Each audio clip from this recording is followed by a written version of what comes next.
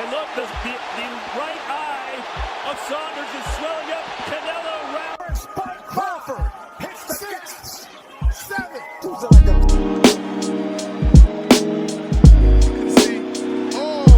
Right on the chin, right when he was throwing a punch. And this is what happens when you're in the middle of throwing. Number 10. Both landed at the same time. That's the counter right hand that Deontay needed. Dropping left hand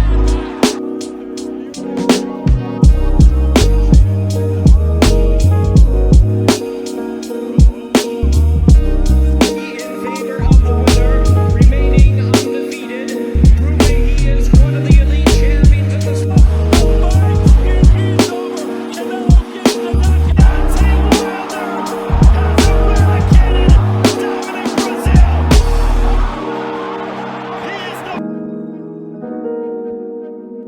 Channel, man, this CTB.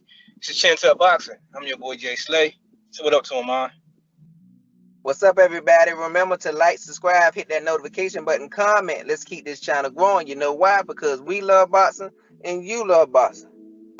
That is a fact. This ain't a normal routine for us. We kind of on the move today, so we kind of doing like a quick show in the car real quick. It's called Chin Up Boxing Mobile right now. We mobile right now. We want to drop this news to you guys real quick. I'm gonna start off by first saying, if you're not subscribed to the channel, please subscribe to the channel. If it's your first time watching, if you like the video, throw a thumbs up on the video so we can help us spread our video out to our day ones, man. You know how we feel about you guys, man. We appreciate you guys, man, for going with us through this process. But what's the news for them today, bro? Man, I'm just strolling down my Instagram, looking at, some of everything. And I got a lot of boxing stuff. And I see Sean Porter doing workouts. So I'm checking his workouts out, checking them out because, he's at the beginning of the training camp. And I started strolling through the comments and I see Terrence Crawford. And I said, oh, okay. So I check it out and I look at what he said. And he says, brain that shit. So I was like, oh. So, the day after the fight is finalized, Crawford is already on, talking that shit. So I figured we could chop it up and talk about it for a second. Man, let's talk about it. Contracts just got signed yesterday and they're already shit talking to each other. But this is what we wanted, man. It's what we love about these boxing fans. I agree with both of them, man. As part of the sport, you have to talk shit. Sean Porter tried to make his point saying that he in shape. It was rumors going around and saying he was out of shape. But he was broadcasting on a couple fights, on the PBC fights. They said he was out of shape. He kind of showed them that he's not out of shape. He's still in shape. He look kind of big, though. I'll be honest. He look like he's at least 170, like 170, 180, around that range. But Crawford look big, too. Crawford look like he's in shape, but he looks big for welterweight. So both of them look to be about the same size. But yeah, what you think about the shit talking, man? Are you for it, or you think it's bad for the sport, or you don't give a fuck? Which one is it? I love it. You know what I'm saying? I love it. This is war, man. These guys are pitting hands to face. So nobody's gonna be, friendly. I don't like friendly talk. I like the shit talk. So, and then especially in this fight, because I feel like Terrence Crawford gonna have a chip on his shoulder. I feel like people been saying he ain't fought nobody, he haven't fought an elite fighter. So this is the guy that everybody wanted him to fight. So I think he has a chip on his shoulder. So he's already setting the tone for this fight, letting Porter know to bring that shit, because I'm gonna bring that shit coming November the 20th. So I love it. Man, I love it too, man. We kind of seen it coming. At first they were saying it was friends and they grew up in the same area, they're the same exact age. They came into the sport together. Then when they fight started getting made, you can kind of see it bubbling a little bit. And then once the contract was signed, I think all gloves are off now. So you can kind of see it like, yeah, all that friendship out the window now. Both of them got something, like you said, you think Bud gonna be on edge. I think Porter gonna be on edge too, because Porter has a reputation of losing all his big fights, his major fights. So for him to get rid of that stigma, he has to beat Terrence Crawford. So both of them have a lot to prove. I will say Terrence Crawford has more to prove, of course, because this is his first test at welterweight. But also, I don't want nobody sleeping on the hunger of Sean Porter right now. He's hungry for this fight also, and it shows. He's already working out. He's already in training camp, and we were 2 months out now, so he's a little bit ahead of schedule, to be honest. So I'm looking forward to it, man. I'm really looking forward to it. I'm glad you made that point about Porter, because Porter, like you said, he haven't come up big in bigger fights, and I think this is his opportunity to get back in the sweepstakes is being, one of the elite fighters at the 147 weight class. Because if he wins this fight, Ugas, Spence, those fights are on the table because he has the WBO championship again. And, after beating Ugas the first time, having a close fight with Spence and beating Terrence Crawford, he's right up there with those other guys. So for Porter, like you said, he has a lot on the line too, man, because if he wins, he's going to go and elevate his career again. But if he loses, I wouldn't say he'll drop down to like a gatekeeper or nothing.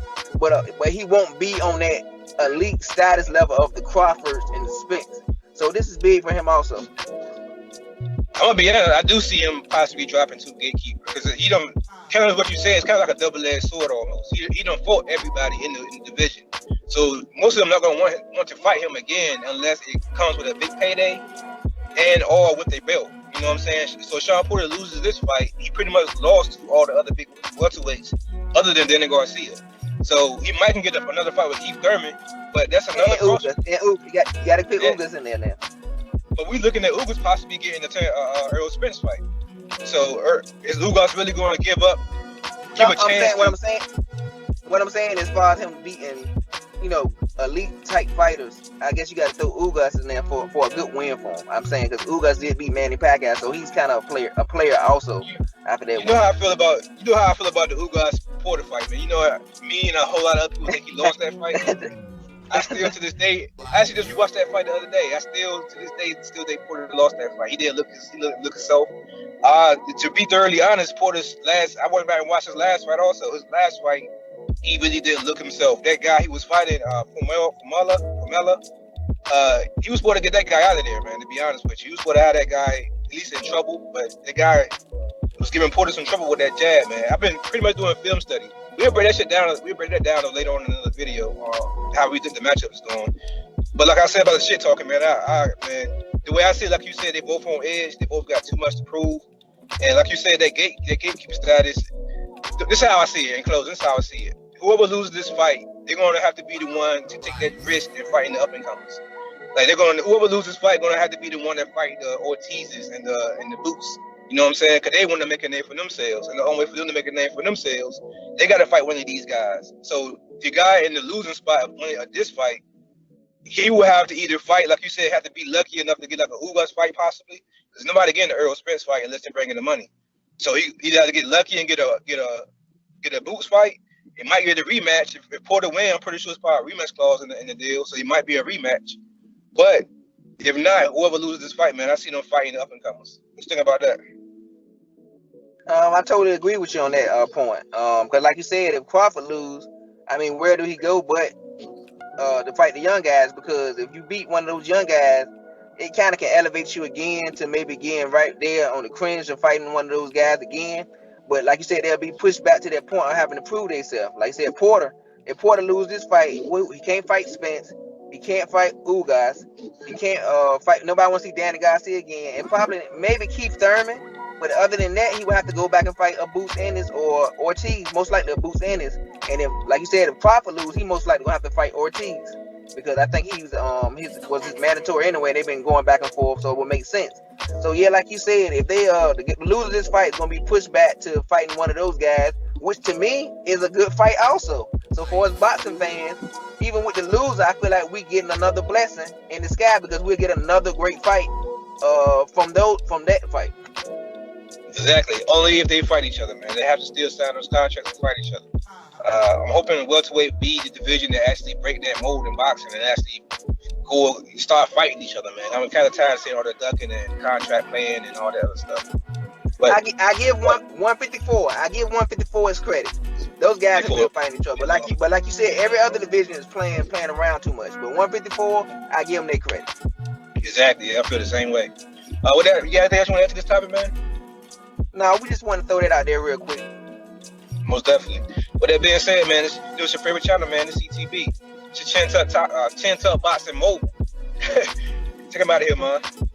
All right, everybody, man. We in the cars, man. Like I said, trying to give you these quick videos, man. Making that sacrifice. The least you can do is hit the like button, comment, subscribe, and hit the notification button, man. We're going to keep bringing y'all content on everything to do with boxing. You know why? Because we love boxing and you love boxing. But most of all, God, peace, and love. And we out of here.